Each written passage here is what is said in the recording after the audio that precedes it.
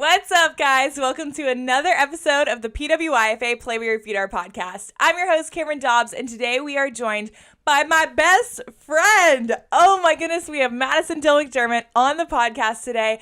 And y'all, I am so excited. Madi is seriously one of my best friends, and it all started back playing volleyball at the University of Miami. We were teammates, but very quickly became best friends at the U, and have been ride or dies this close ever since. Now, Madi, when she was at the U, was a student, an athlete, and a mother. And her story is so incredibly inspiring, and especially to see how God was there every step of the way is amazing. And I can't wait for you guys to hear this conversation today that we're having. It's so good, y'all. Take your notes and take note of everything Madi says. Now, before we begin the podcast, make sure you're also subscribed below here to the PWYFA Play Where Your Feet Are podcast on YouTube. We want to make sure that you guys are staying caught up with all of our video podcasts, not just the audio and not just listening. And make sure you find us on social media as well. We make sure all of our merch updates, book content, podcast things, and more are always posted on those platforms. So check out those in the links below and make sure you're following us online too. But enough intro, we want to get into this amazing episode with Madison Dill McDermott. So check out episode 5 of season 1 with my bestie, Madi Dill McDermott. This is the PWYFA Play Where Your Feet Are podcast, and I'm your host, Cameron Dobbs.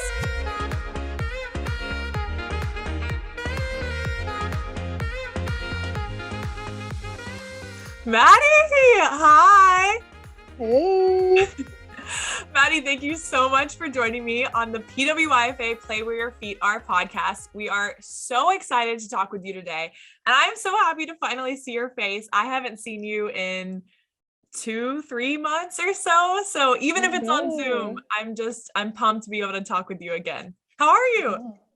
I'm good. We haven't seen each other since my wedding, right? Yeah, I know. Life is good. I'm so excited to be here. And you're now Madi Dill McDermott, which actually when I was prepping for this, I kept planning like my intro for you of being Madi Dill.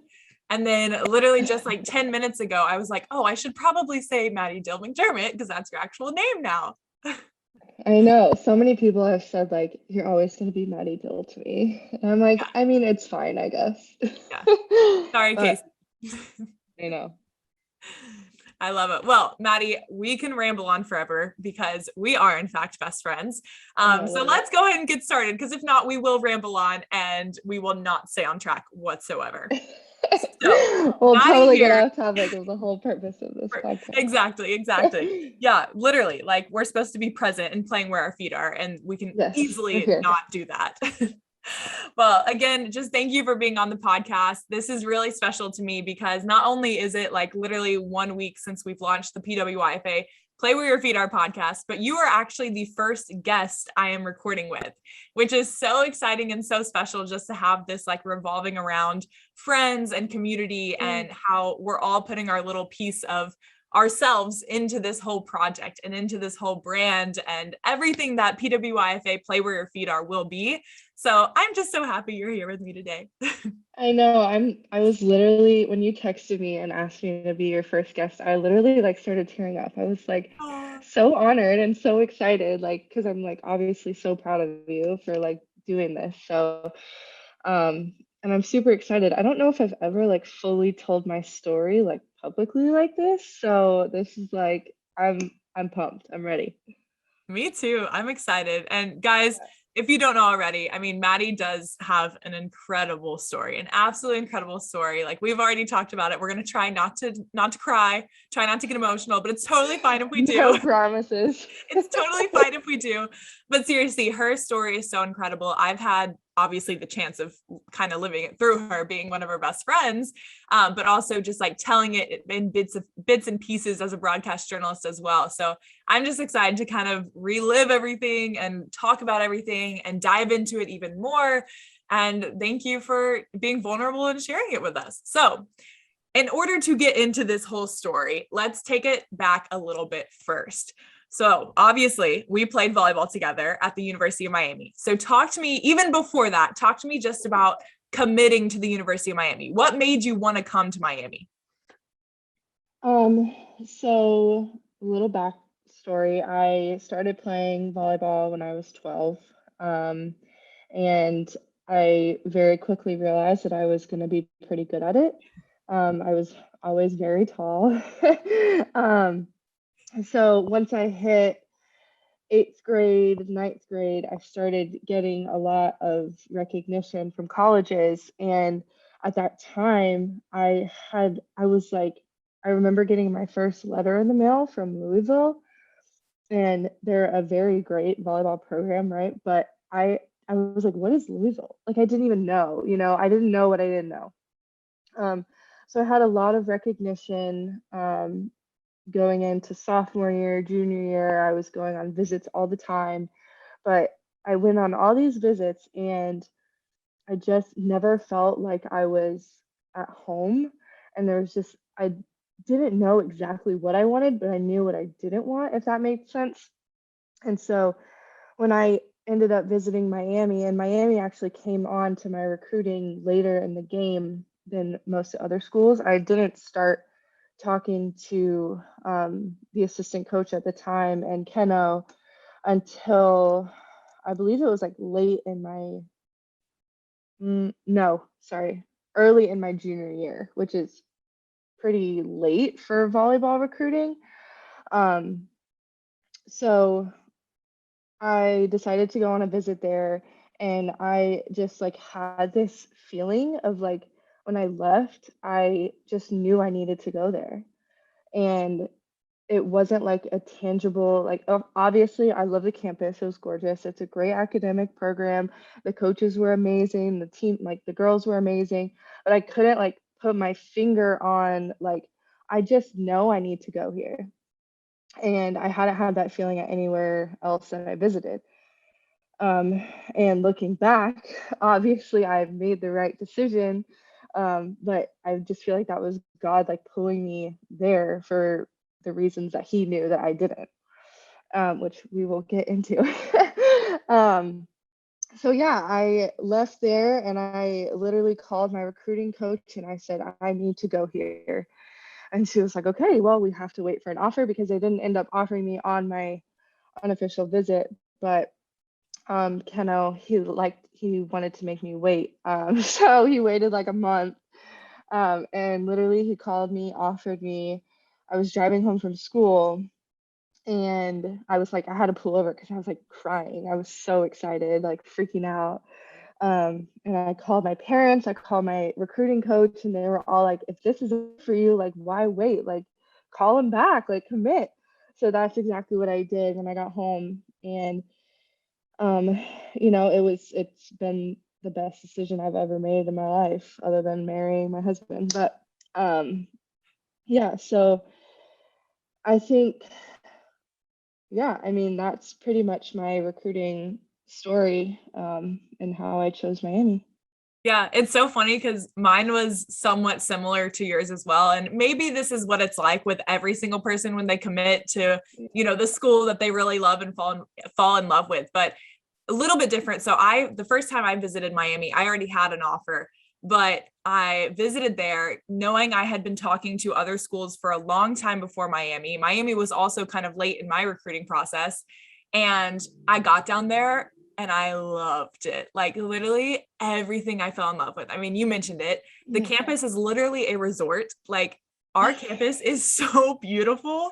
It's So insane. nice. It feels like you're on vacation every single day. It's so, so pretty with palm trees and lakes and everything around it. I know. Oh, it's awesome. It's incredible. And then for me too, as a broadcast journalist, the very first visit I had, I was in a studio, like touring a studio here on campus. And for me, like, that's very rare for a freshman, especially to be able to get in studios freshman, even sophomore year. Usually at most schools, you have to wait to get into a studio practicing studio work for your late junior to senior year. So that was huge for me. And then we all know the coaches are just absolutely incredible. Like our coaches, I think, are some of the best. Yes, obviously knowing volleyball, but best just like human beings ever in the entire universe and in the entire NCAA volleyball programs of everyone.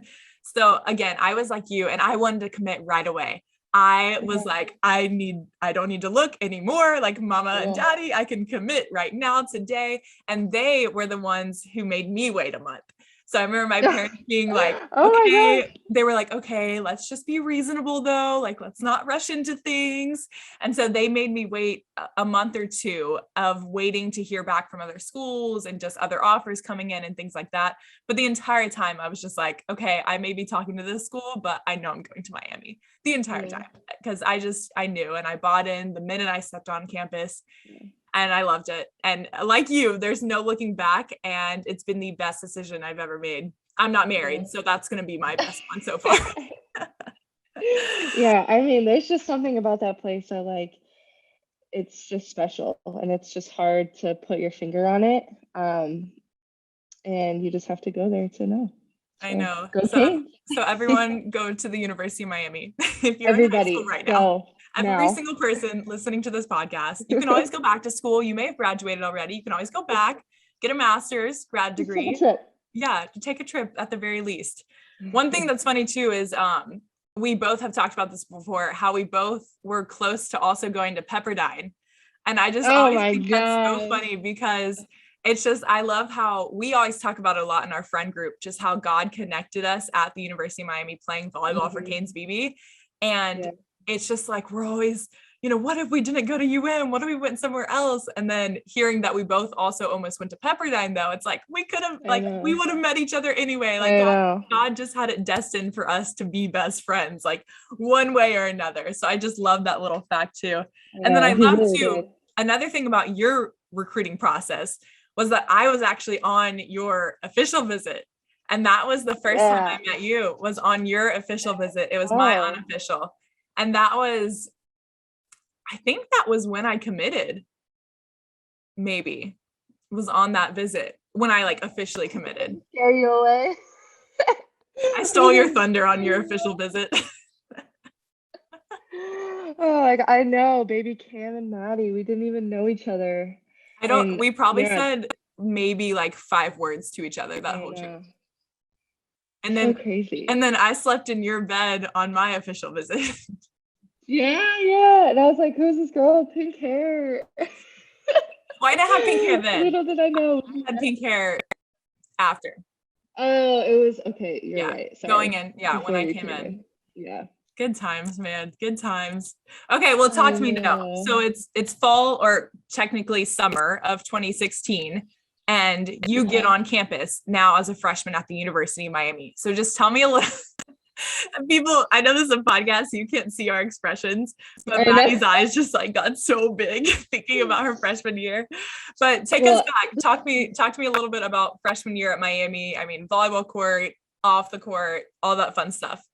Oh my goodness. Well, the first thing I thought of when you said that was our first like workout with our strength. Am I allowed to say names? Yeah. Well, and actually before you say that, just a few name references as well. Is Keno is our head coach. Oh, yeah. So the coach of the University of Miami Hurricanes volleyball team, still to this day, he's still coaching. So whenever we say Keno, that is our head coach. Jill is our assistant coach. I'm sure we will throw her name in there somewhere. We love Jill so much. She is the absolute best. She may be on the podcast eventually as well.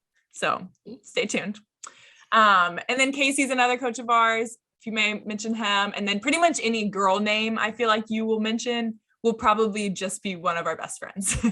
Yeah, probably. In our friend group who played with us at Canes volleyball. But yeah, okay, continue. Take it away. So anyway, our first workout, we went out onto the Green Tree practice field, which is the football. It was then, I'm so bad at this, Cam.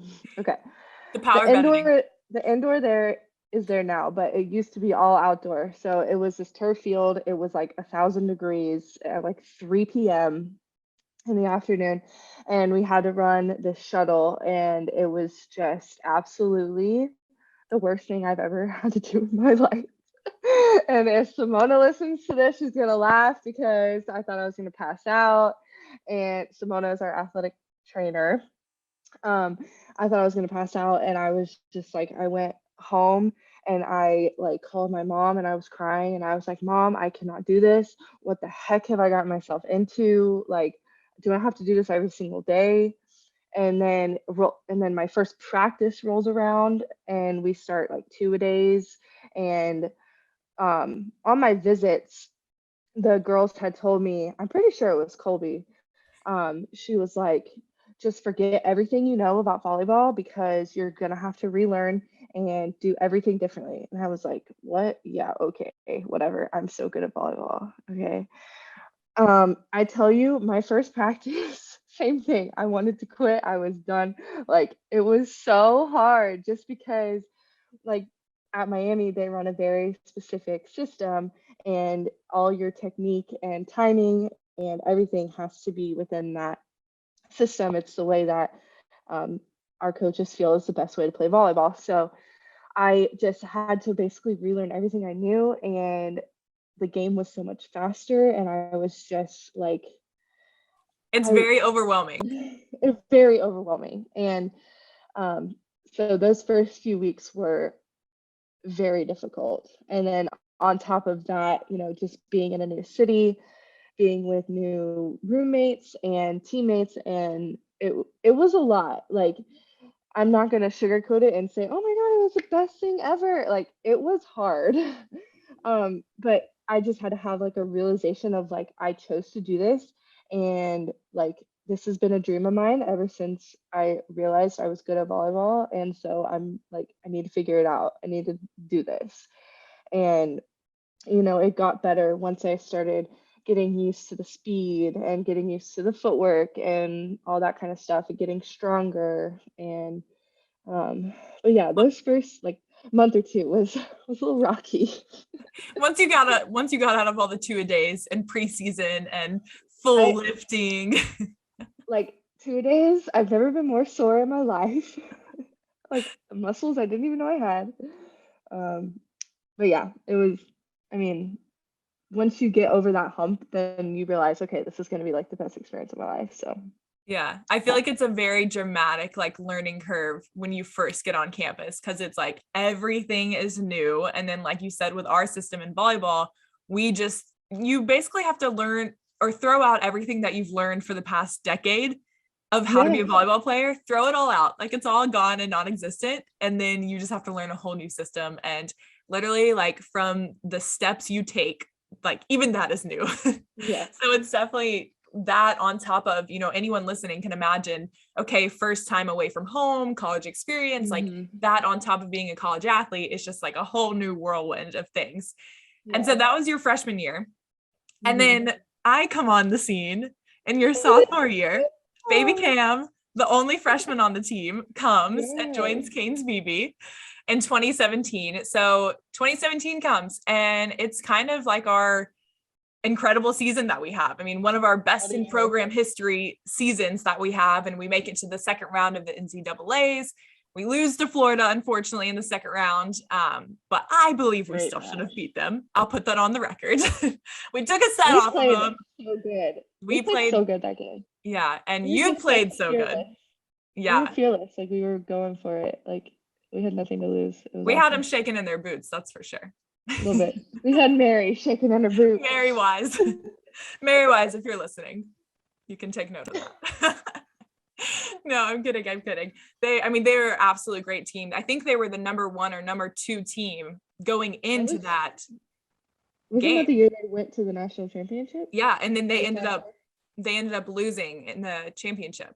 Yeah. So they ended up being the number 2 team. And then I think even during, like, before we played them, they were already ranked top 5 for sure.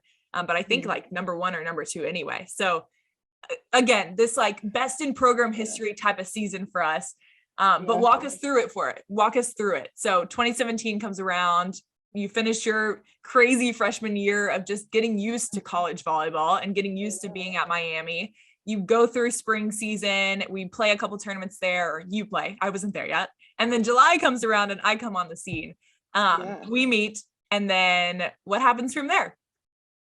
With us, or like with me, or with you? Everything? With you. Okay. Well, me and Cam started becoming friends. 2017, what a year. So that summer was the summer that I met Casey, who is now my husband. And we basically hit it off right away. We started dating in September of 2017. And yeah, we were like having a great season and everything. And we get back from the NCAA tournament, and I realized that something is not right. Um, and so that was when we found out that I was pregnant. And I realized that I had been pregnant since the beginning of November.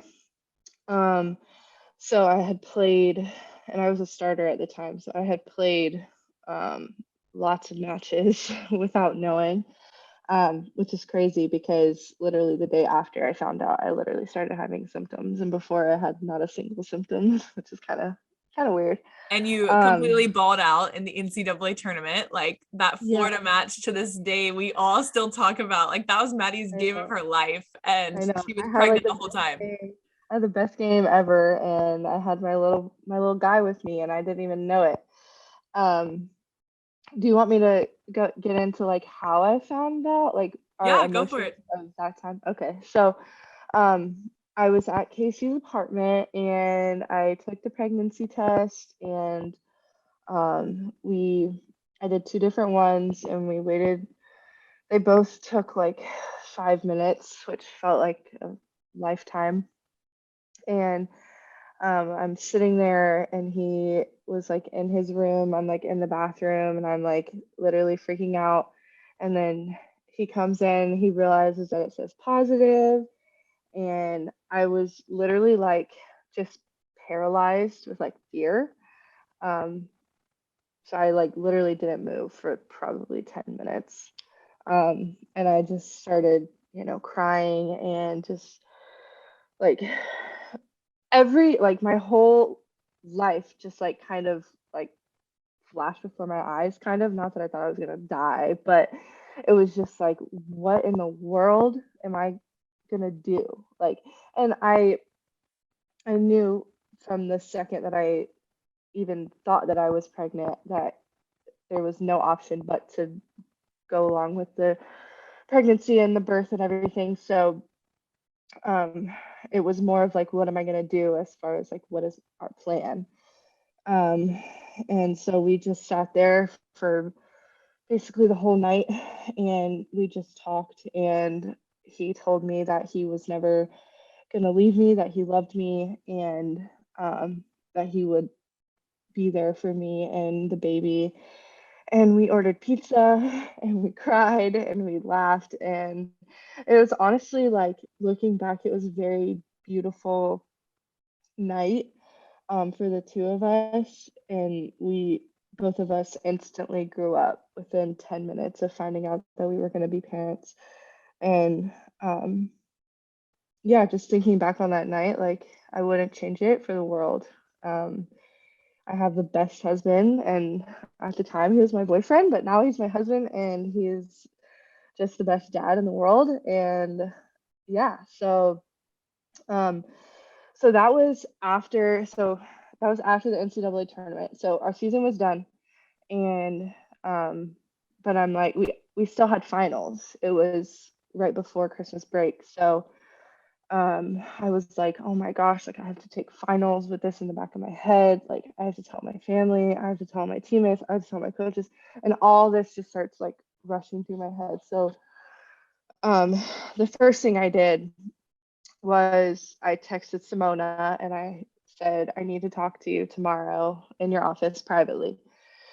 So I go in and I talk to her, and she was extremely supportive, and um, she started helping me, figure out where I can get a sonogram, and just, to know how far along I am and all that stuff. So she was extremely helpful and supportive.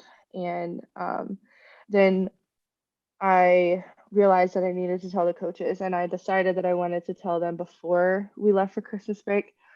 Um, so, and I hadn't told anyone on the team yet because some people were already gone for Christmas, and I wanted to tell the whole team together in person. So I didn't tell anyone on the team yet. and a lot of my teammates were in the training room when I was having my meeting with Simona, I think. And they were all like, what the heck is going on in there? Because I was in there for a while and I was like bawling my eyes out. Um, so I think people were like, is she gonna quit? Like, what's going on? Like, um, anyway, so Simona helps me set up a meeting with the coaches. And like after the meeting, I'll get into it, but after the meeting with the coaches was when I knew that like they truly, truly care about us as people. And that really says something about a collegiate coach because, their livelihood is based on their athletes winning volleyball matches, and that's it. And so, um, the fact that they supported me the way they did was extremely, um, I feel extremely blessed. Um, so, anyways, Simona helps me set up the meeting, and I go up there. I'm like literally sweating, like shaking, terrified, and I just like I was sitting. I remember it like it was freaking yesterday. I was sitting in Keno's round table in his old office, and I just like I was crying, and like Keno had that like dad like worried look on his face, And Keno is and very much a dad. Like he is an actual father, but he is yeah, very much a dad to all of our team, like all of us yes, always. He is always worried about us off the court, whether we make it home safely, like anything yes, and everything. Keno is yeah. he's a worrier, and then he is definitely a worrier about his players, which again comes Hmm. in with that dad instinct. So he definitely is always like caring and worrying about us. But go ahead. Yeah. So he was like, are you okay? Like, is everything okay? And I just like blurted out, I was like, I'm pregnant. And he immediately reached his hand. He was sitting across the table from me. He reached his hand across and he grabbed my hands, which is like the craziest thing ever. I was like, I've never touched this man, but like, and he goes, Madison, it's gonna be okay. We're gonna help you and we're gonna support you. And I was just like, what? Like, I thought I was going to lose my scholarship. I thought I was going to be kicked off the team. Like, I didn't know what was going to happen. And um, so, yeah. And basically, that whole meeting was just me talking through everything that I had been through in the last 48 hours. And I was like, Keno, honestly, I want to have a plan right now, but I don't.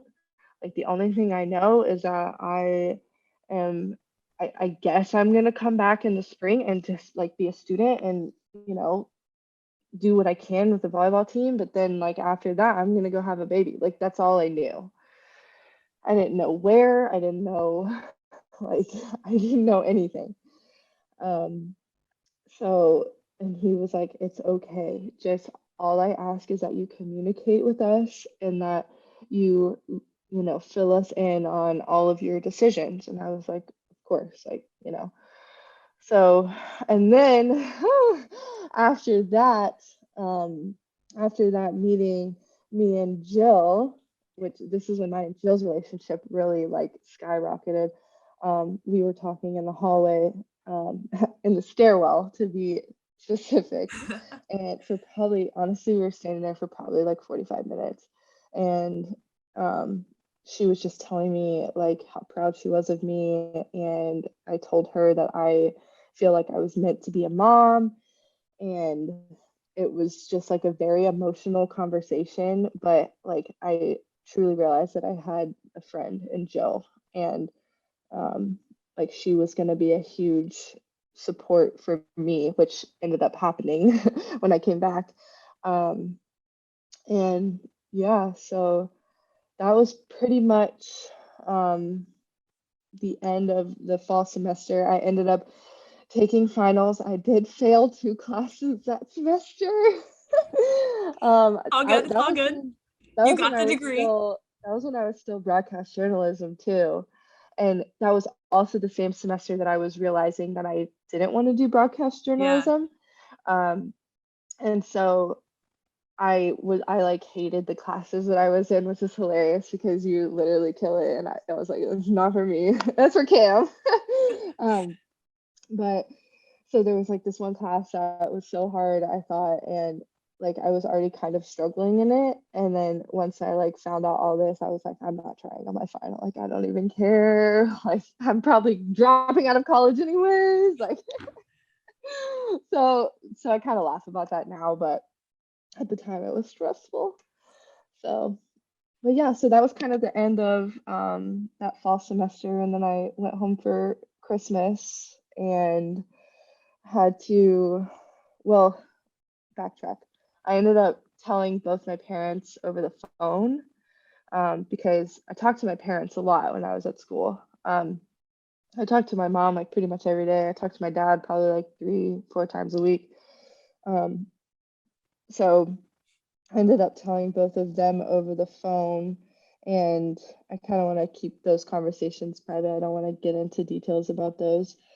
Um, but so I had to like tell the rest of my family when I came home for Christmas, and my siblings were amazing. And too, like my parents and my siblings knew Casey, but they didn't know him.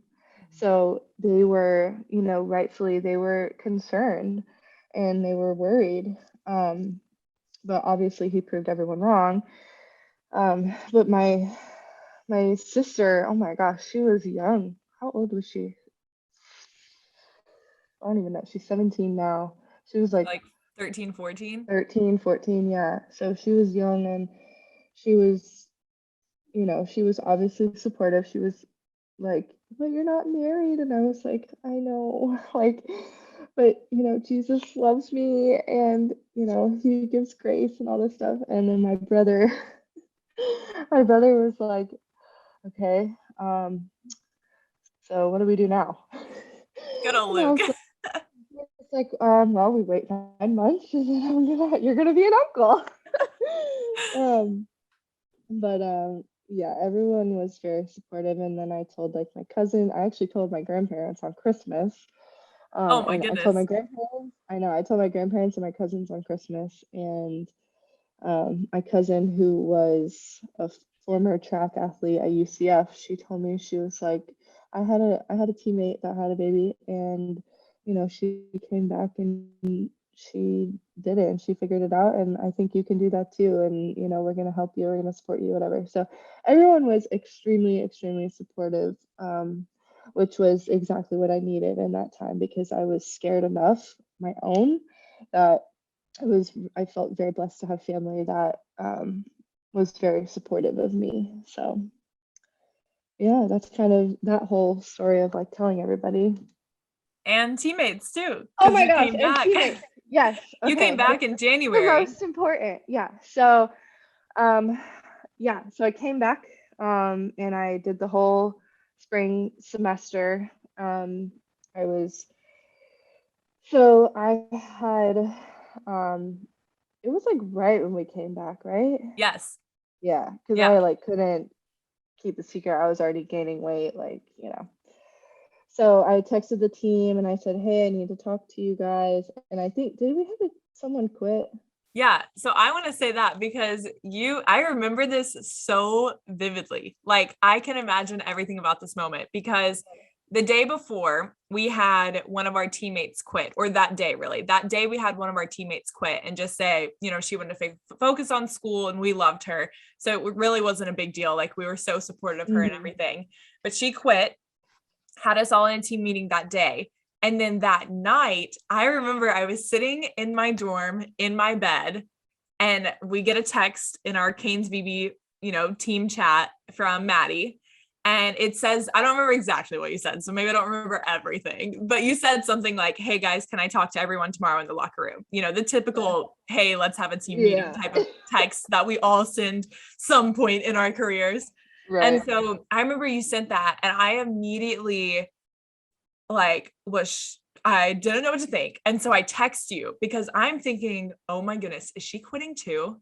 And so I remember texting you and I was like, please do not tell me you are quitting and leaving me behind. Like you are not leaving me, Madi. And you text me back and you're like, no worries. Like, no. Like you totally like confirmed that that was not happening. You were staying here. You were not quitting or anything. And so I was just like, okay, phew, like don't have to worry about It's anything. And nothing. I literally just completely just brushed this off my shoulder and was like, this is going to be like this conversation is practically irrelevant. Like we're just going to meet tomorrow for some odd reason that Madi wants to talk to everyone. Fine. It's And nothing. yeah, it's all fine. It's all fine. And then we get in there the next day and you tell us that you're pregnant. And we kind of sit across each other, like in the locker room. Mm-hmm. Our lockers were kind of across from each other. And so I remember just sitting in my locker and I don't think I said anything. Like I think I was literally just like shocked and I had no idea what to say, like literally no idea. Yeah. And the first thing that came to my mind was, you are leaving, because I had no idea that you were going to come back, because I knew, like, same thing in my mind. I immediately thought you were going to have this baby. Like I didn't ever think there was a different option. But I thought she's going to leave and have this baby and never come back and be my teammate again. And at that time, like we weren't even that close, but we were definitely friends. And so I just remember thinking like, I'm leaving. I like, my friend is leaving me. And I was just so like sad and overwhelmed and had no idea what even to say. But then I remember, so I really don't think I said anything, which probably sounds like a terrible friend. But I remember, because Madi was my ride everywhere. Like she always picked me up from the dorms and we always drove everywhere in her car together. And so I remember, I think maybe practice the next day or going to the caf the next day or wherever we were going that later that day or maybe the next day. I remember just as we were getting out of your car, we were in the gray lot of the parking lot there outside. I remember all this so vividly. Yes. But I remember just telling you that I was just really proud of you. Like, again, I still didn't really know what to say, but I remember just telling you like, Madi, I'm really proud of you and like what you're doing.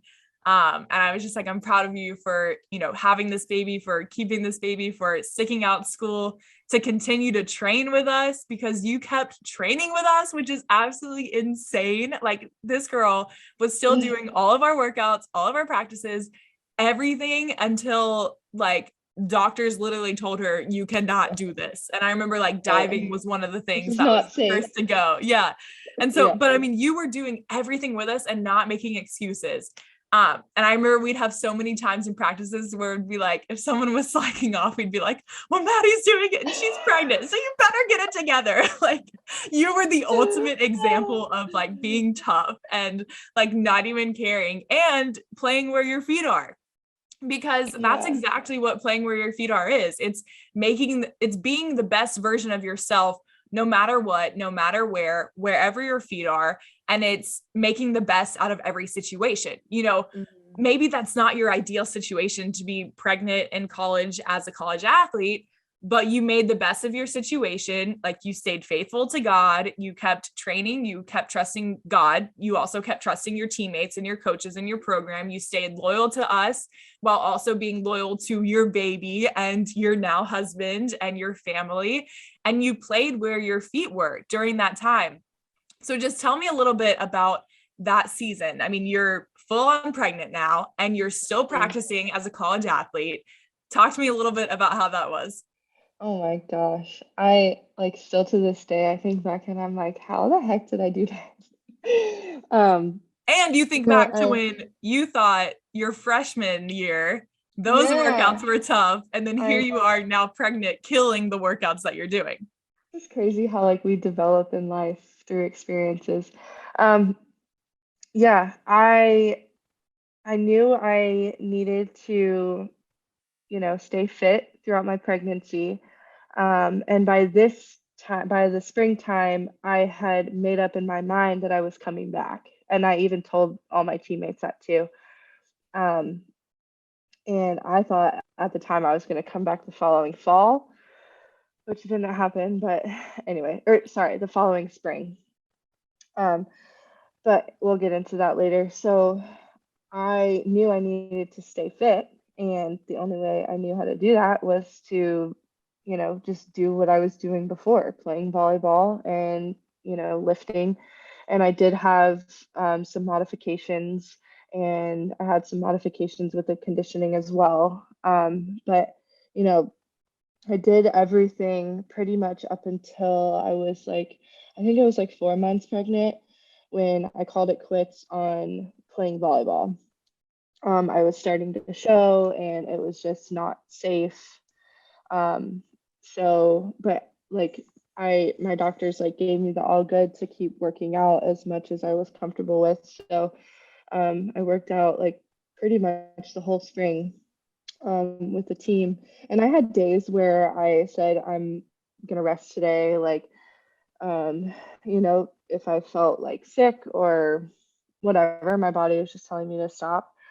But yeah, I mean, that was the way that and I think staying fit throughout my pregnancy was a huge, huge factor in me being able to come back afterwards. Because coming back afterwards was harder than actually like working out while I was pregnant, I think. Um, so yeah, it was a really big honor, I think, that, the team was so supportive of me practicing during the spring when I did, because like I was taking reps from other players who were like actually going to play next fall. And, but they were all so supportive of me and in doing that. And yeah, I just, once again, like the best program ever. Literally. Yeah. And that's so funny because I never even thought about that either, how like you were quote unquote taking reps, as you just said. Yeah. But that's interesting because I've never even thought about that. I always just saw you as, this is Madi, she's my teammate. She's a starter on the Yeah. volleyball team. Like she's gonna play because she's good and practice because she's getting better every day, even pregnant. And it was just like normal for us. Like after we found out, it was just like, okay, let's not move on because obviously we're going to support you in your pregnancy, but like, Yeah. okay, like we're doing this, like Maddie's doing this and we're going to do it with her because we love her and she's Yeah. awesome and she's a Canes VB player and we love Canes VB players. And so it's Right. just like, all right, like cool beans, let's keep grinding together and we're going to Mhm. play where our feet are on the volleyball court and we're going to do the best we can and you're going to do the best you can on the court and then you're going to handle things off the court. You're going to go to all your doctor's appointments and you're going to make sure that Simona's on you about just staying fit and healthy and whatever you need to do to be a pregnant, healthy woman at the time. Like you're going to play where your feet are in every single aspect. And you kept doing that because, as you said, you did come back, which is the absolute wild thing ever. And I don't know if people even realize how incredible that is to be a woman who has a baby and goes through everything you have to go through to have a baby and then come back. And I can't even speak from experience. So to me, it's like mind blowing, yet I don't even fathom everything because I have no idea what that experience is like. And so it's just Mhm. crazy to me how you worked so hard every single step of the way while you were pregnant. Once beautiful little Kason came in July, you did everything to be the best mother possible. And you continued to be the best mother possible every single day. And then you came back. So now talk about that transition from, balancing being a mother and being at home to now coming back to Miami, still being the mother, but being away from your baby, and then just balancing that whole aspect of Kane's BB in one hand, and then making sure you can FaceTime your baby as much as possible in the other hand. Oh my gosh. So to touch on a little bit, like when I was home, so I gave birth to Kason in July of 2018. And then I was home with him for basically a whole year. So I went back to school in July of 2019. Um, so while I was home with him, Casey was starting his NFL career, and so we were living in this rinky-dink rental house, and I was basically on my own a lot, and it was very, very hard. Um, and I think a lot of times people don't talk about postpartum depression enough. Um, and it's a very, very real thing. And I don't even think I got the worst of it. Like I've heard like, worse stories than what I went through, but I was extremely lonely. Um, and I had this baby and, my mom and other family members were like extremely helpful. Like I could not have done it without my mom, especially. But like I'm most of the day I'm at home by myself and I'm just, you know, trucking along doing what I think is best for my infant.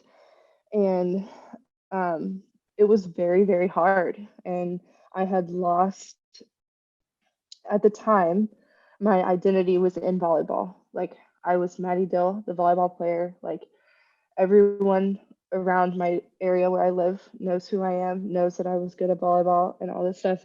And all of a sudden, here I am sitting in my living room with spit up in my hair and a crying baby. And I'm just like, who am I? Like, what am I doing? And those were all thoughts that came into my head, you know, postpartum. And on top of that, the weight gain, like I did stay very fit during my pregnancy, but like weight gain is inevitable. Like my body was different and it and I had to be patient and wait until I could work out again, like intensely, like I wanted to. So that was a whole other thing. I just lost all of my identity and I had to like really like redefine myself and say, you know, this child's life is worth my pain and struggle right now. And so, yeah, I mean, it was really hard. And during that time, also, I wasn't taking any classes. They had to take me off the roster at Miami. Basically, my scholarship was like put on hold. Um, so I felt like I wasn't a part of that team. I was by myself most of the day at home. Like it was just a really, really tough time. Um, but also at the same time, like a very beautiful time. Like I learned so much about myself, and you know, I really, really missed volleyball, and like that made me like want to come back even more. Um, so that was that year, and then when I came back, there was the first week I was back. We had to coach a camp, or the first couple days. Um, and Casey had gotten an Airbnb in Miami. He had some time off from football, and so he came down there and stayed for 2 weeks while I was getting back into my routine of being at school and volleyball. Even though in the summer like it's more chill, but um, I was getting back into my routine of doing other things other than just taking care of a baby. Um, but when those 2 weeks were over, like, and they left, I remember we went to Einstein's Bagels before he left to drive home and I left to go coach camp. I felt like my world was driving away and I wasn't gonna see him for I don't even know how long it was at that time. Um, it was probably like I felt like my heart was like ripped out of my chest. It was like the hardest thing I've ever had to do, I think. And um, I, as they like drove, this is like so dramatic, but it's true. As they drove away, I'm sitting there thinking like, wait, am I actually gonna do this? Like, am I really gonna leave my 1 year old with babysitters all the time? Am I really gonna be selfish? And that's what I felt like at the time. I felt like I was being extremely selfish and, come and finish what I'm doing here. And I just like all these questions started going through my head, and it was like so painful. It was the worst thing that I've ever, that was the worst day of my life, probably. Um, and I remember we had to coach, and I walked into the gym, and Casey, our assistant coach, there's Casey, That was and there's always very Casey. confusing. Very confusing having Madi date a KC and then having our assistant coach, associate head coach being also Casey. So confusing. Casey and Casey. No, he was running a drill and he saw me and like we made eye contact and he looked at me and he comes over, he's like, are you okay? And I was like, no, like Casey and Kaysen, they've been here the past 2 weeks and they just left. And he said, I understand. Like, I understand he was like, obviously I don't understand, but I understand that you're feeling, upset. And he said, this is going to be a long day. It's going to be a hard day, but like, you can do it. And that's another thing, like playing rear feeder, I had to put that in the back of my mind and be present for all these kids who are coming to get an experience at a Miami volleyball camp. So yeah, it took me a lot of really hard days. And I'm a wear your heart on your sleeve type person. Like, if I'm upset, if I'm happy, like, you always know what's Gonna coming. test. So yeah. So like, my teammates always knew if I was having a hard day. And um I remember one time, I don't remember exactly when it was, but um I was just having like a very emotional day, and I just went in my locker and I just sat down and cried for like 10 minutes. And then I was like, okay, like, time to go to practice or whatever it was. Um but just finding the balance of taking the time for myself, and then, you know, making sure that Kason is taken care of from 5 hours away. And I tell you, the support system that we had here in Jacksonville was absolutely incredible. Um, when I was home for that year, I coached a club team, and we had a mom who, at the time, her daughter was on my sister's team. She started, and I hardly knew her. Like, she knew my mom, she knew Annie, but like, I had been at school the past 2 years, so I hardly knew her. And um, her name is Julie. She comes up to me and she goes, "Hey, so I know you're going back to Miami. Um, I'm a stay-at-home mom. All I do is coach 2 nights a week. So, like, if you ever need help, like, please don't hesitate to ask." And I was, at the time, I was like, "Oh, thank you. Like, you're so sweet." Like, politely, Yeah.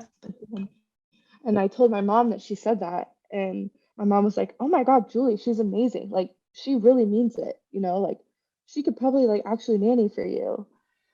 And I was like, "Okay, yeah, whatever." Well, then, like, it comes time for us to actually find a nanny. And I'm like, maybe we should call Julie. And then also, one of my best friends, Brooke, she was a student at JU at the time, Jacksonville University. God bless her. She's an angel sent. She was in her final semester of nursing, so she had clinicals for, I can't remember if it was 2 or 3 days a week. Um, and then I think she had a couple classes too, but she had a few days a week where she didn't have anything. And she said, "I will be at your house at whatever time in the morning Casey needs to leave, and I will watch that baby until your mom gets off work." And then, my mom would come and take him. And so, just literally, it was basically between Brooke, Julie, my mom, and then my dad a lot of times too. Between them, like, we had him taken care of. And, like, shout out to all those people. I'm gonna get them to listen to this. Shout out to all those people, because honestly, like, they all sacrificed for me and for Casey and for Kaysen, and like, they didn't have to. And like, we just feel extremely blessed that we had that support system here so that I could focus on what I was doing at school.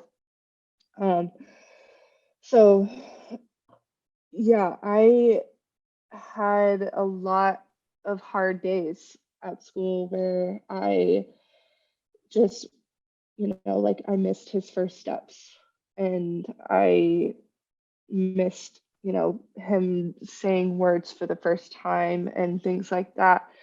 And so on those days, it was like hell. Like, it was so, so hard. and I would literally count down the minutes to when I could FaceTime him. Like I would literally FaceTime him all the time. Like walking to class, I had 5 minutes, I would call whoever was watching him, or every single night before bed, like I would FaceTime Casey and make sure he's bathed and fed and all this stuff. Um, so it was because of the support system we had here, it made it easier because I knew that everyone who was with him at all times of the day loved him so much. It wasn't like we were hiring a random nanny, which there's nothing wrong with doing that, but because he was so little, I I felt very comfortable. So I was never worried about, is he going to be taken care of? It was always, well, I should be home. I'm his mother. Like I should be doing those things, not my best friend and my mom's friend. Um, but at the same time, it was, I don't want to resent anything that happened in my life the past year. And in order to do that, I need to finish what I started at Miami. And when I was home with him, there were a couple times where I was like, well, maybe I should just transfer and go to JU and be in town. But then I realized like there's something to be said about graduating from the University of Miami. Not bashing JU at all, but just finishing what I started where I started it. There was just something to be said about that. And another thing is I didn't want to relearn what I already relearned about volleyball. We've already talked about that. We don't need a whole nother system Yeah. coming in. And I even mentioned to Keno, I remember one time I mentioned to him that I had thought about transferring, and he was even supportive with that. He was like, obviously we want you here, but like if you decide that's what's best for you, then we support you. Our coaches are So literally the best. literally the best. I feel like I'm getting off on a tangent. Help me zone it back in here. You're good. You're good. Okay, where was I? Well, I think it's just something to point out too was how there was so much like God put into this entire season of your life and time and 2 years or so. Because I mean, I think back to the very beginning of Casey, because Casey is or was a University of Miami Hurricanes football player. And that's how you guys obviously got connected, was being student athletes at the U. And he was older than you. So that December, he was graduating and looking to be drafted. And so even that process of who knows where this, really good offensive lineman from the University of Miami is going to go. And he goes, of course, none other than the Jacksonville Jaguars, where Madi is from, where all of her family is, where all of the support system that she just talked about is based. And there goes Casey, her boyfriend and the father of her son is now also located with her family. And it was just like God had to be in every little step of the way, allowing all of this to happen. Like it wouldn't have been any other reason but God for everything to just work out, quote unquote, perfectly in an unperfect situation, you could say. I mean, obviously none of this was planned.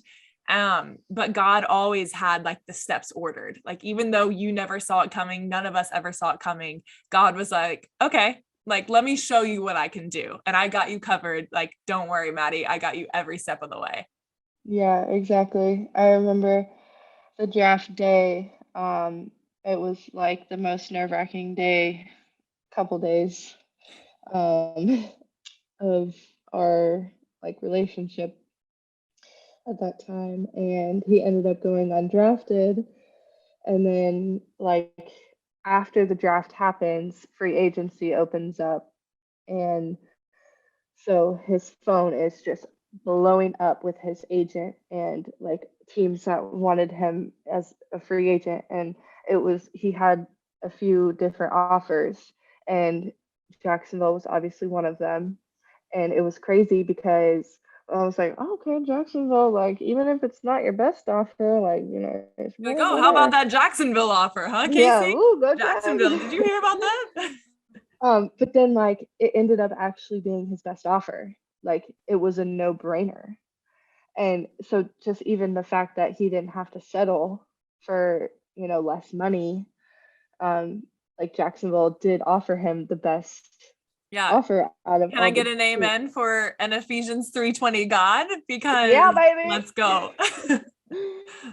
Um, so yeah, that whole situation was just, and after that happened, like it was literally like 15 minutes after the draft closed, he was gonna sign to Jacksonville.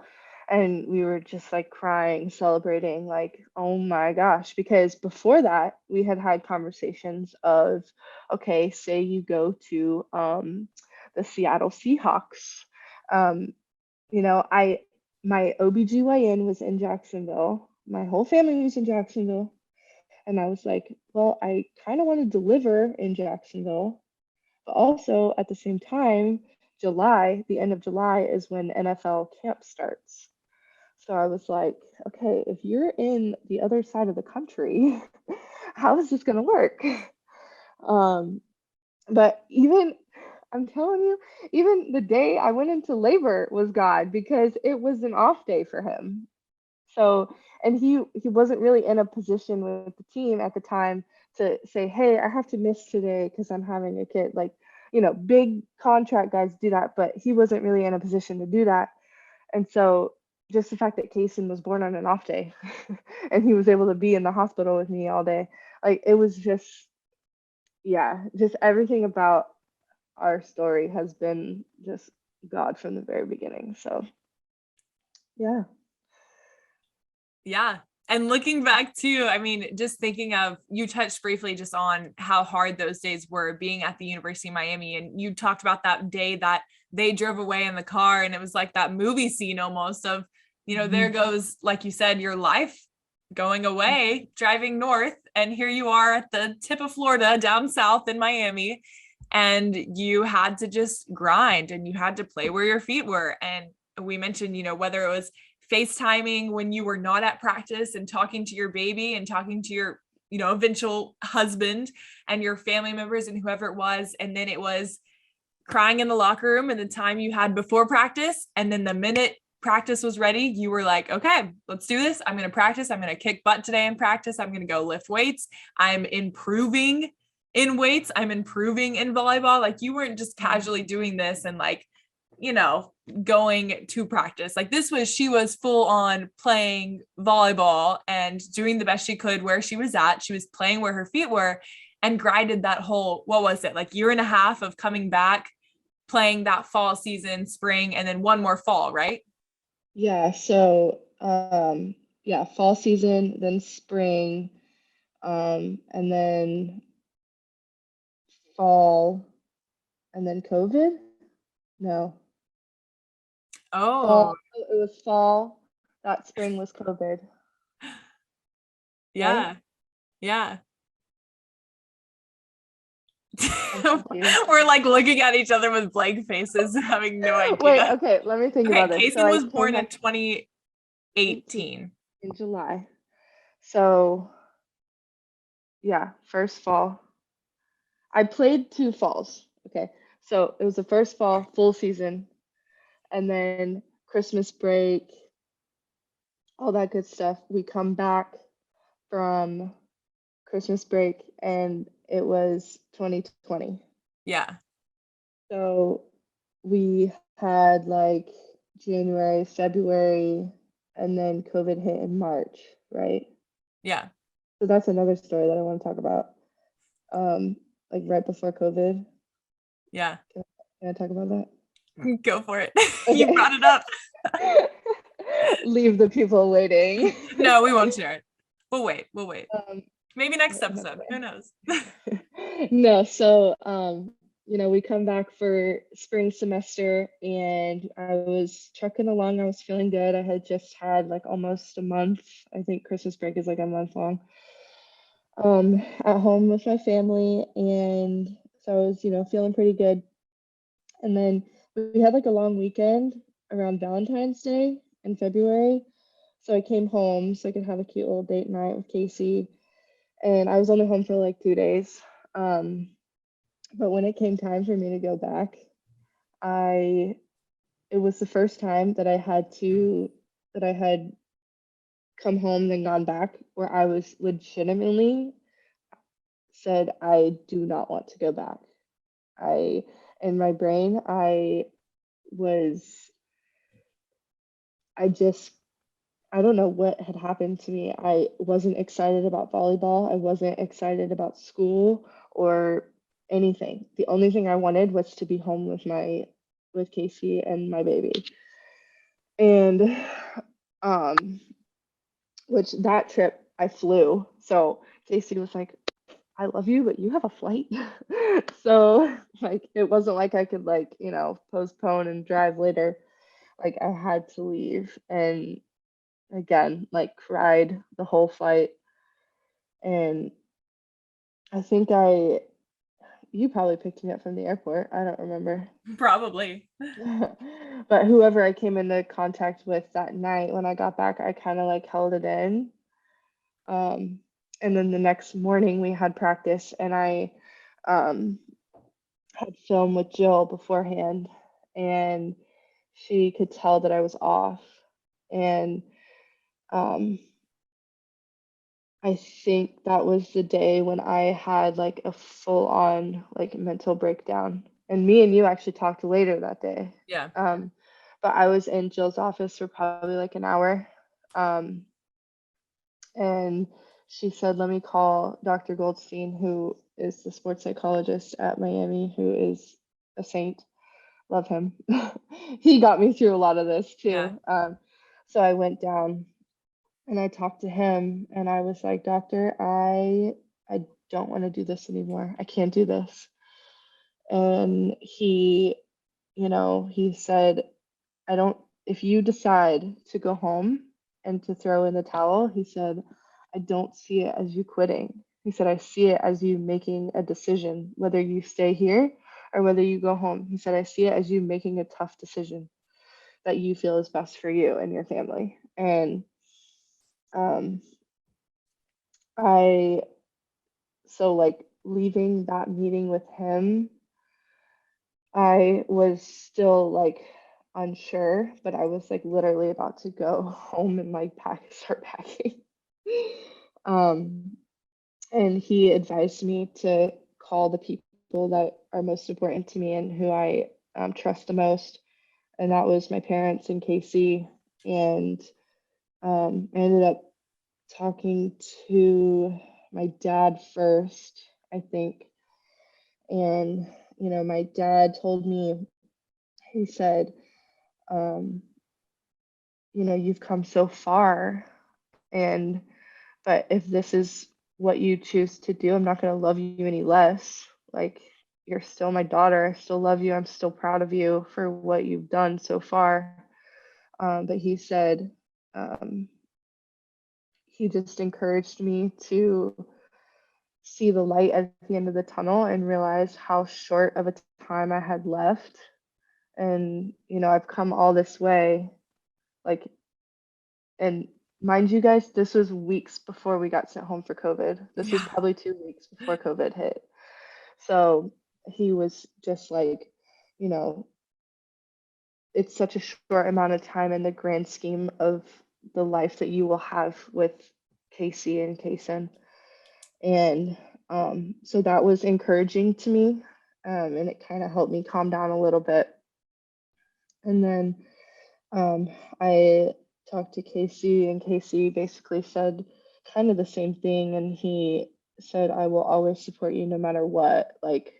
Um, and he said, like, I got it here. Like, we are good here. Like, obviously, we miss you. We love you. We want you here.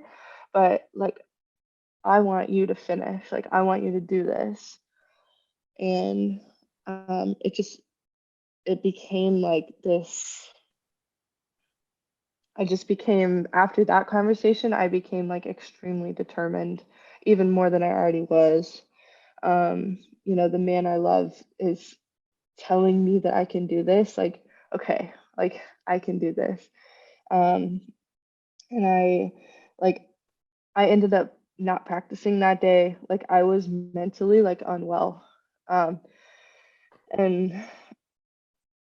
I ended up going for a drive. Just who does that in Miami for fun? Like, I don't know why I did that.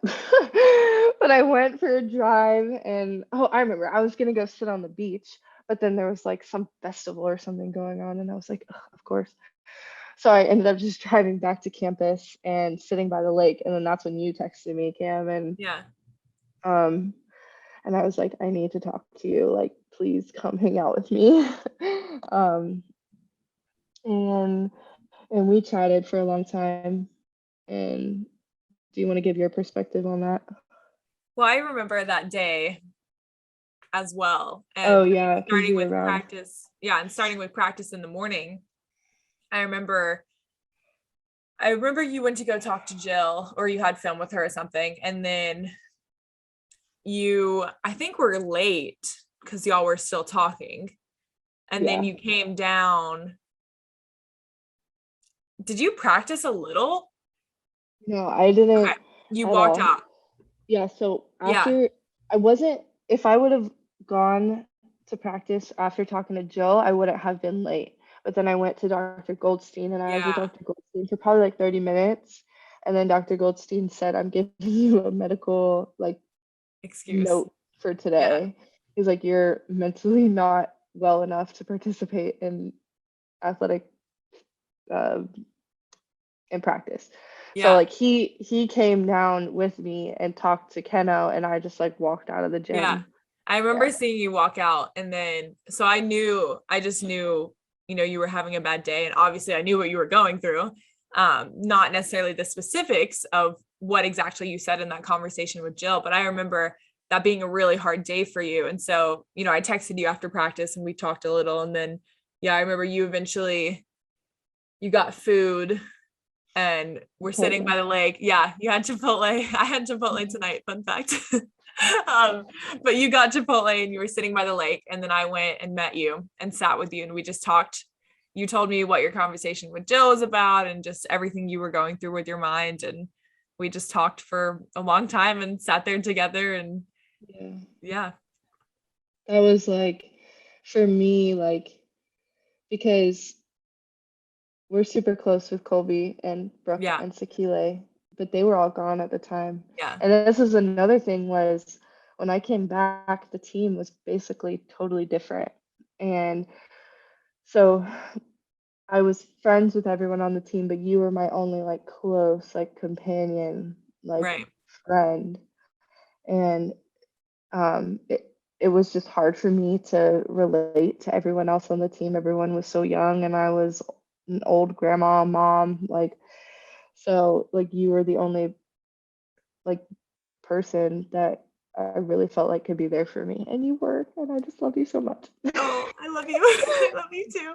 When I think it's funny too, just, I thank you for sharing your story, because even you recounting all of this and just talking about it again, I relate to you in different things too. I mean, obviously, yeah, I didn't have your same experience, but with me medically retiring, like I faced some of the same things that you faced, and which I didn't really connect until we had this conversation tonight, because we both had an identity crisis of being sidelined from our sport and being like, oh, what the heck? I was this famous volleyball player that everyone knew me as, the volleyball player that went to the University of Miami to play volleyball. And like, I was always the athlete. And then here I was in my situation, of course, medically retiring.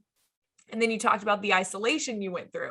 And I went through that with, sitting in this bedroom 24/7 for 4 months. And then on top of that, the comparison and body image issues that we both had. I mean, with you being a mother and balancing the weight gain of pregnancy, and then just coming back to not being the person you were before you left Miami, before you left to go have case, and then coming back and having to regain that strength and regain being able to run those shuttles and the suicide test and the T drill and like all this different stuff you had to do. And mine was similar in the same way. I used to lift 70-pound dumbbells, and then here I am now today, and it's like 15 pounds is my max, like 15 pounds in each hand. And that's where I'm cutting it off. And that's not a good day, and it was that time of just rebuilding and refocusing your identity and being like, okay, for you, you're a mom, you are a wonderful human being, and you're a child of God. And for me, it was, okay, I may not be an athlete anymore, but I'm still a child of God, and I still have purpose off the court. And you, I'm sure, are seeing that today too, because one thing I noticed about you, and I actually texted you the other day about this, was how I love, and it's the little things, it's the little things in life. But I love how you're now starting to share more on Instagram. And you know me, I mean, I love Instagram. So I just love how you're sharing more about your life, and specifically like being a mom. And I feel like you're showing a little more of Kaysen and just his soccer game the other day, and just different things of being a mom as she eye rolls to the camera. But I just want to ask too, tell me a little bit about just the decision of being a little more open about that on social media as well, of just using your experience to now connect to people who may need either, whether that's the specific thing that they're going through, whether it be an unexpected pregnancy or something similar, or, just wanting to share your story and how God has worked in your life and how he has ordered your steps every single step of the way. Talk to me about just the decision to begin to use your platform more for his glory and just for your testimony. Yeah, I mean, I just think Instagram is fun. Like I don't do it like seriously. Like I just post like whatever I feel like, whenever I feel like. I don't have like a aesthetic on my grid. Is that the word? See, I don't even know. Um, I just, whenever I feel like, oh, people might want to see this, and I've always kind of been a little bit hesitant about like posting on my story a lot, because I'm just like, I don't want people to get like annoyed with me. But then like anytime I like see someone who I don't see all the time or whatever, they're like, we gotta see more of that baby, la la la. And I'm like, oh, okay, like fine, like I'll You do asked for it. I know. And there's also a certain boundary with having a child and being on social media with, sharing certain things. There's portions of my life that I like to keep, to our family and stuff. But yeah, like the soccer game, like, I think it's hilarious. Like 3-year-old soccer, like what? Why did we sign him up for this? But it is so funny. He hates it. Like he barely plays. I'll post more of the soccer game saga. He has one on Wednesday, so stay tuned. um, but no, I don't want people to, go to my page and think like, oh, like I can't talk to her, like, she, how like you look at someone's page and they don't seem like a genuine or nice person. I don't want that to be me. So I try to make my page as authentic as possible. And a while back, I shared I was cleaning out my dresser, and I found my very first sonogram photo of Kaysen, and I like got on my story and I started talking about like, oh my gosh, like I can't believe I just found this. Like this brings back all the memes and the emotions and everything. And I just like talked briefly, and then I think at the end I said something like, please reach out to me if and literally all my followers are like, I probably have like 3 followers that are moms. But like, um, you never know who's gonna see it. My page is public. So anyways, I posted that and I said like, please DM me if you like want to hear more about my story, if you find yourself in the same situation as me, like you never know. And um I'm not gonna say who texted me, but someone texted me and he said, I saw your stories today and I just want to let you know that he has a daughter and he just shared with me like a lot of emotions that he had whenever he found out that he was going to be a dad. And um I was like, oh my gosh, like, thank you for sharing that with me. And like, and we like bonded on a level that we hadn't before. um and yeah, so and this was a family member. This wasn't like a random guy texting me. It was a family member. um and so he like opened up to me, and I was like, wow, like, we've always been like not really close, but we've always had like a good relationship, but like I never knew this about you. And so, from that post that day, like I learned that about him. um so yeah, I don't get a lot of DMs at all. Like I hardly get any. But and I've always wanted to share my story in a more public way. I just haven't quite figured out how to do that. So this is a great start. Because I'm I'm extremely passionate um, about life and giving life to innocent children. And so, you know, I would hope that if someone saw my page and, did any type of scrolling, they would see, oh my gosh, like she had a child while she was playing at the University of Miami. Like, that's crazy. And if they found themselves in a similar situation, like I would want them to reach out to me. So, um, yeah, I mean, I'm not, like I said, I'm not like super serious. And also, I hardly know how to use Instagram. Like all your stories are so cool and like edited and all this stuff, and all I know how to do is like hold the record button and but that's all you need to do. So yeah. Hey, whatever works, right? Whatever works. Yeah, exactly. Well, Maddie, I'm going to ask you again, thank you for sharing your story and being so vulnerable, and just, I love you so much. And you inspire me. So whether it's no one else DMing you, but me commenting on all of the things that you post, I love then it. you're still, you're impacting one person. And even if it's your Yes. best friend, like you're still impacting me. So I appreciate all you do.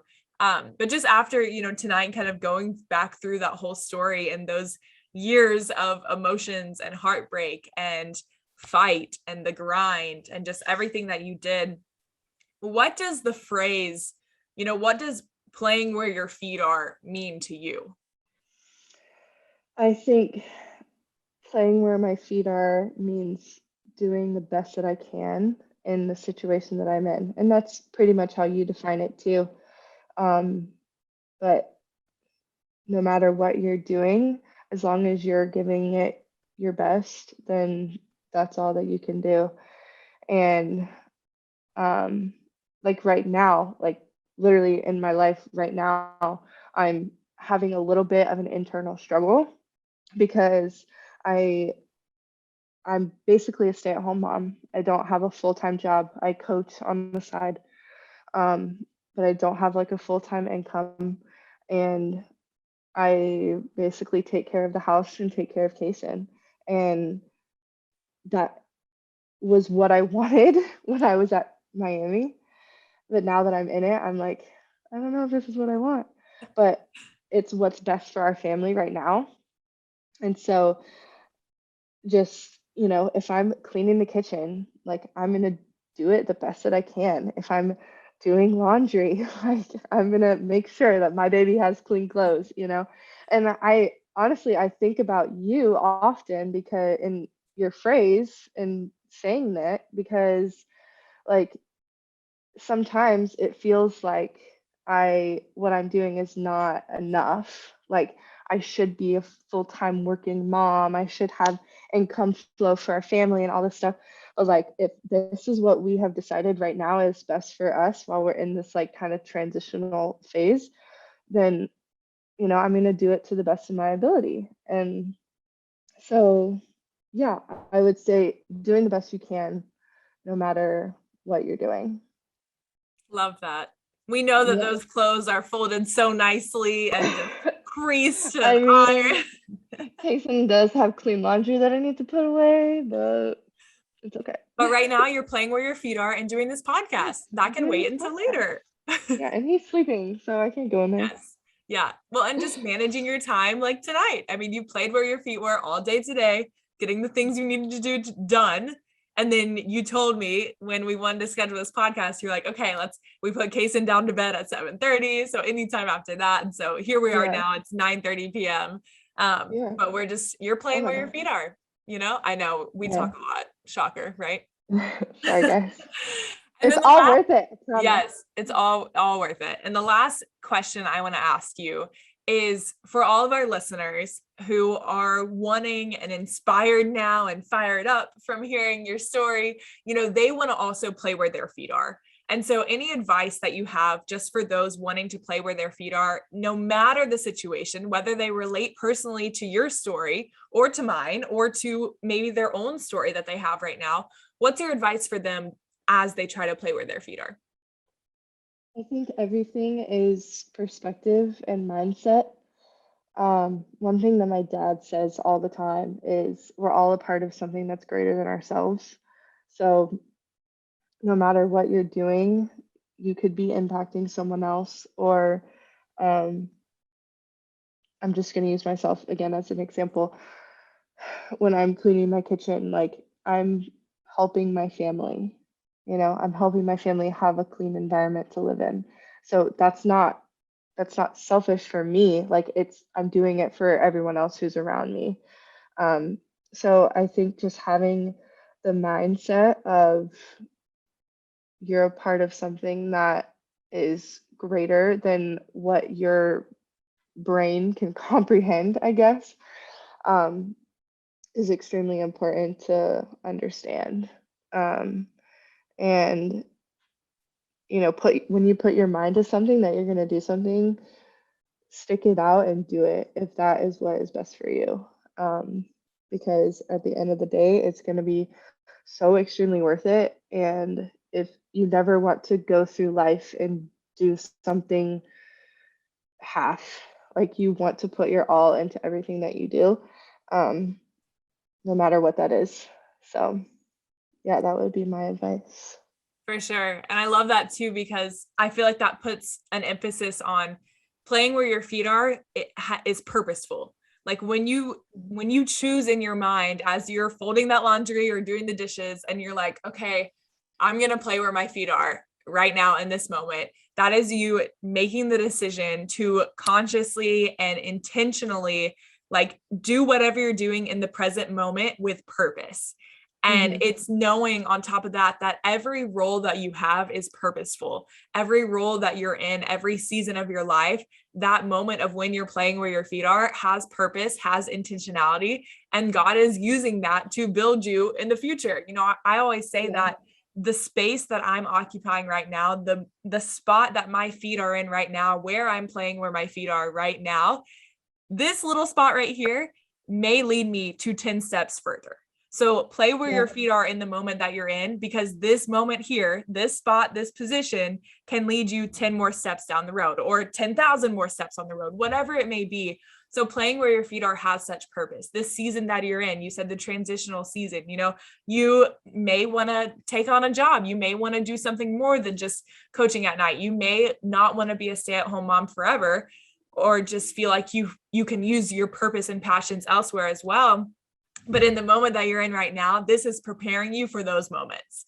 And so I just want to encourage you to keep doing what you're doing, because you are incredible and I love you so much. And you're just seriously the absolute best ever human being. And I love you. Oh my gosh. Don't make me blush, Pam. Okay. They can't see. It's a podcast. They won't know. Oh, true. No, I love it. I love it, Madi. And I just want to say thank you again for being on the podcast. Tell us, we talked about your Instagram. So if people are inspired by you, if maybe they want to now be that person that wants to DM you, they want to connect with you, where can they follow you? Where can they see what's up? Where can they watch the soccer saga? That's what we want to see. The soccer saga. I need to make like a highlight. I don't even have any highlights. Do it. I think I know how to do it. Anyways, my Instagram is Madison Dill McDermott. MADIDILLMCDERMOTT. Love it. I'll be sure to put it in the podcast description as well. So you guys can just follow her there. She is seriously incredible. She's hilarious. I love her with my entire heart. Madi has had a big year this year too. Every year has been big for her, but this year was big too. I mean, she got married. We talked about now being Madi McDermott, not just Madison Dill, but Madi McDermott. Her husband plays for the Jags. So Jacksonville Jaguars, you heard us mention that a few times, but he's with the Jags there. Kaysen is now no longer little baby Kaysen. He is now in school. So big things all around for Madi and her McDermott little family. So you guys stay in touch with Madi, follow her on Instagram, see how she is inspiring and playing where her feet are every single day. And Madi, thank you again. Any last thoughts? Oh my gosh, this was so fun. I love this so much. Thank you. I'm so honored to be your first guest. Yeah, this was so fun. Thank you for giving me the space to tell my story, and hopefully I'll get better at it the more I tell it. But yeah, everyone subscribe to this podcast. Is that what you say? Yeah. And like it, and because Cam is freaking amazing and she is doing awesome things. So yeah. Amen. God is good. God is good. No complaints. Amen. Yeah, baby. Madi, I love it. I love you. Thank you so much for joining the PWYFA Play Where Your Feet Are podcast. Have a wonderful rest of the night. I love you so much, and I cannot wait for the world to hear this incredible, inspirational podcast. Love you. Love you. All right, y'all, that was such a good episode. Thanks for tuning in to another episode of the PWYFA Play Where Your Feet Are podcast. I'm your host, Cameron Dobbs, and we loved having my bestie, Madison Dill McDermott, on the podcast. We put all the links of social media handles and more below in the description, so make sure you follow along Madi and her beautiful family. Now, at this point, Madi has another baby. She recently welcomed baby Walker to the family, so y'all follow along for her beautiful little family, and also just keep in touch with her for her awesome story. Just filled with God in every single moment of it. But guys, thanks again for listening, and reminder that you guys are watching here on YouTube, but we also have all of our podcasts streaming on all podcast platforms. Wherever you might listen to a podcast, you can find Play Where Your Feet Are. Till next time, thanks again for listening. Be blessed and play where your feet are.